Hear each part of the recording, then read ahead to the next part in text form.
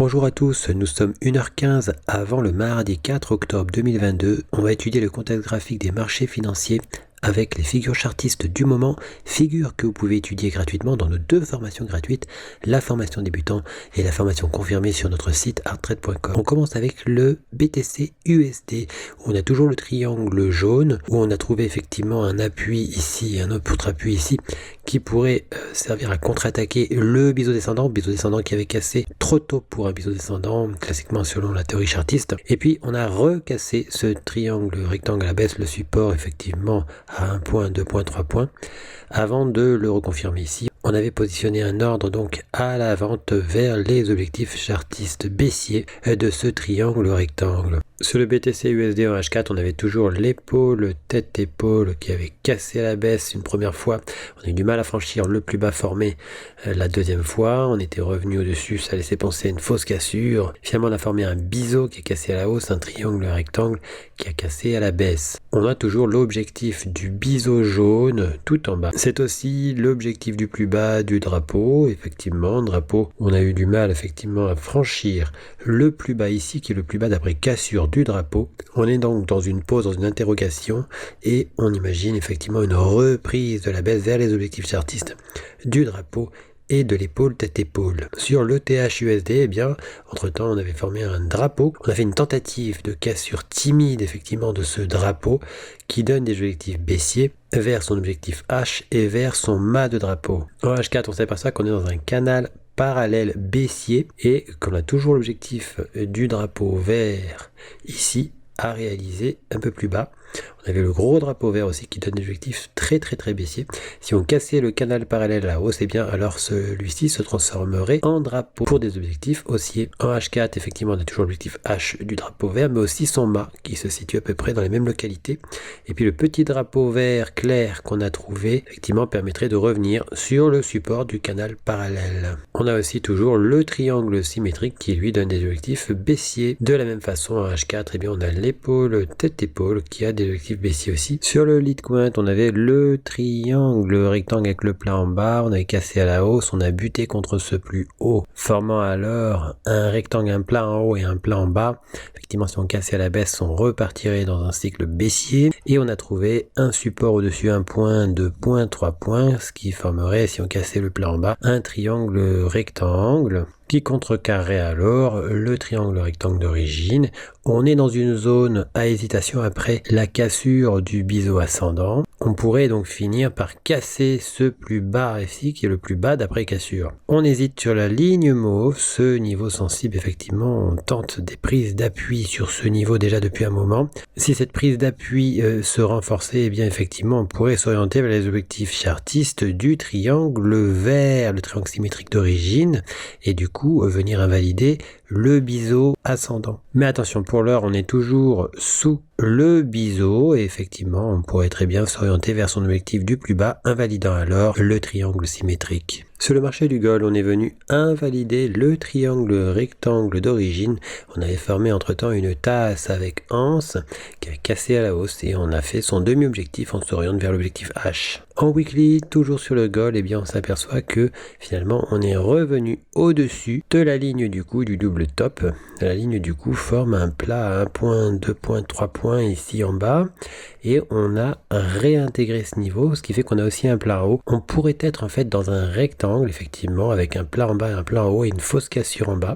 Il faudra attendre des précisions. Sur le silver, le triangle symétrique avait été contre-attaqué par un V-bottom qui s'était formé effectivement tout en bas. Et puis finalement, on est venu à l'objectif H du V-bottom. On a invalidé le triangle symétrique et on poursuit la hausse. En daily, on s'aperçoit qu'on est en train de réaliser un pullback, un retour donc sur le biseau d'élargissement ascendant angle droit, tout en cassant le canal parallèle mauve. Sur le pétrole WTI, on a réintégré le canal parallèle mauve.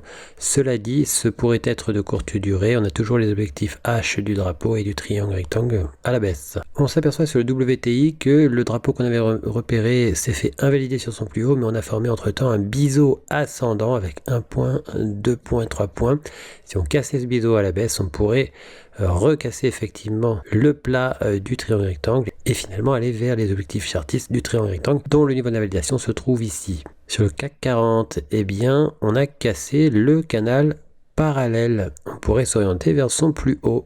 En H4, toujours sur le CAC 40, eh bien on s'aperçoit qu'on est peut-être en train de réaliser un pullback sur le biseau descendant qu'on avait cassé ici. Le pullback se réalise après avoir rencontré des difficultés à casser, à franchir durablement les deux plus bas en bleu. On s'aperçoit que suite à la cassure du biseau descendant, eh bien, on a trouvé un point d'appui sur cette ligne qui est la parallèle à la résistance du biseau descendant. On est donc dans un canal parallèle et on pourrait très bien revenir de l'autre côté de ce canal parallèle, voire invalider par la suite le biseau descendant. Autre possibilité, on pourrait finalement casser le canal parallèle pour aller vers les objectifs baissiers du biseau descendant, ou casser ponctuellement le canal parallèle avant de le réintégrer pour aller de l'autre côté. Sur le marché du DAX, eh bien, le triangle rectangle qui avait cassé à la baisse a été ensuite invalidé, mais une cassure haussière est apparue. On a reprécisé la résistance qu'on a fait partir de ce point, on l'a refait partir de ce point, et on a donc 3 points qui cassent à la hausse, un triangle rectangle qui casse à la hausse.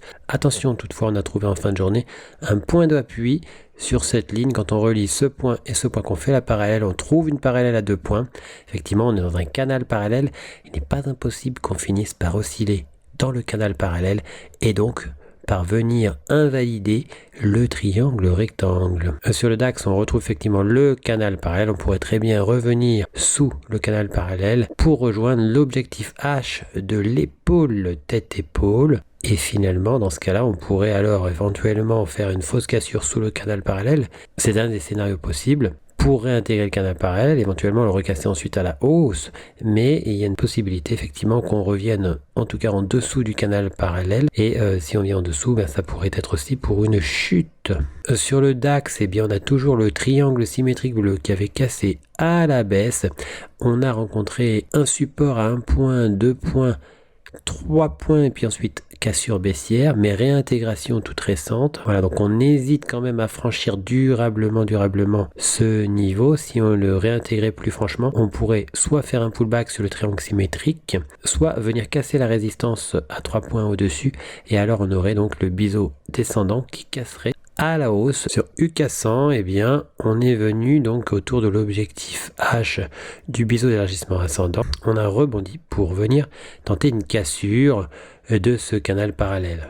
Sur l'US 30, le Dow Jones, effectivement, on avait cassé la tasse avec anse à ligne du coup. On avait franchi ce plus bas, on est revenu dessus juste avant la clôture. Sur le S&P 500, on avait aussi une tasse avec anse. Cette tasse avec anse avait cassé et avait permis d'atteindre ce plus bas. Eh bien, on a réintégré le plus bas qu'on avait pourtant franchi. Sur le Nasdaq, on a touché le demi-objectif du canal parallèle bleu. Et puis ensuite, on a réintégré le plus bas ici, qui n'est autre que, effectivement, l'objectif du plus bas du biseau d'élargissement ascendant. Sur le Nasdaq, on pourrait finir par s'orienter sur l'objectif H du double top de continuation, mais on a eu du mal à franchir ce plus bas, effectivement. Sur l'euro JPY, eh bien, on avait cassé la tasse avec anse, et puis on est venu très proche du niveau de validation pour trouver un 3e point sur un support. On s'aperçoit qu'on a aussi une résistance, on est dans un biseau d'élargissement ascendant, on est revenu sur l'ancienne ligne du coup de la tasse avec anse, on n'arrive pas encore à la casser franchement, et donc on pourrait très bien revenir à la baisse pour finalement casser à la baisse la ligne à 3 points et aller vers l'objectif du plus bas du biseau d'élargissement ascendant. Sur le AUDJPY, eh bien, on a réintégré le dessus du drapeau mauve après donc ce retour à l'intérieur du drapeau. Sur NZD-JPY en H4, on avait cassé ponctuellement la ligne à 3 points ici qui est le support du biseau d'élargissement symétrique, et puis on est revenu casser très légèrement tout à l'heure avant de réintégrer encore. On a vraiment une difficulté donc à franchir ce support. Sur le GBP-JPY, on continue à revenir en direction du triangle rectangle. On l'avait cassé très dynamiquement pour venir faire les deux objectifs, le demi-objectif H et le plus bas de ce triangle rectangle. Sur le AUD-USD, on pourrait continuer à s'orienter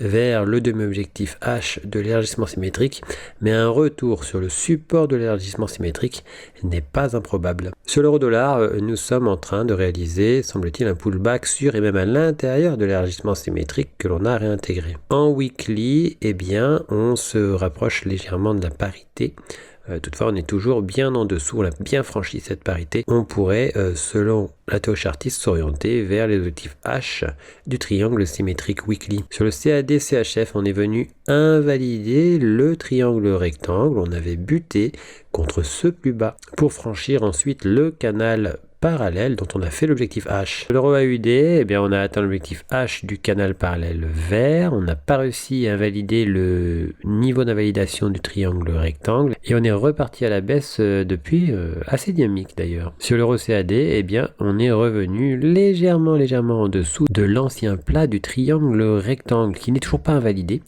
Ce pourrait être un pullback un peu généreux pour revenir ensuite vers les objectifs chartistes de ce triangle rectangle. Sur le USD-CAD en daily, on pourrait continuer à s'orienter vers l'objectif H de ce triangle symétrique.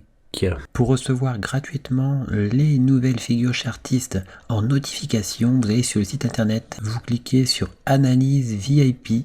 Une fois que vous êtes sur Analyse VIP, vous cliquez sur S'abonner et puis vous n'aurez plus qu'à vous inscrire. Ici, vous mettez un mail, un mot de passe, vous indiquez que vous n'êtes pas un robot et vous mettez s'inscrire. Vous serez alors abonné, vous recevrez toutes les notifications des nouvelles figures trouvées, que ce soit les figures chartistes ou les figures harmoniques. Figures que vous pouvez étudier gratuitement dans nos 2 formations gratuites, le niveau débutant et le niveau confirmé. On a encore 3 autres niveaux qui eux sont payants. En cliquant sur figures chartistes, vous arrivez sur la liste des figures chartistes du moment que l'on a posté. Vous retrouvez aussi les vidéos concernant les analyses chartistes du moment. N'hésitez pas à venir aussi nous découvrir sur notre blog, tout en haut ici, blog. Vous y trouverez nos derniers posts, les défis Art Trade, ainsi que toutes les nouvelles Art Trade. À bientôt sur notre site arttrade.com.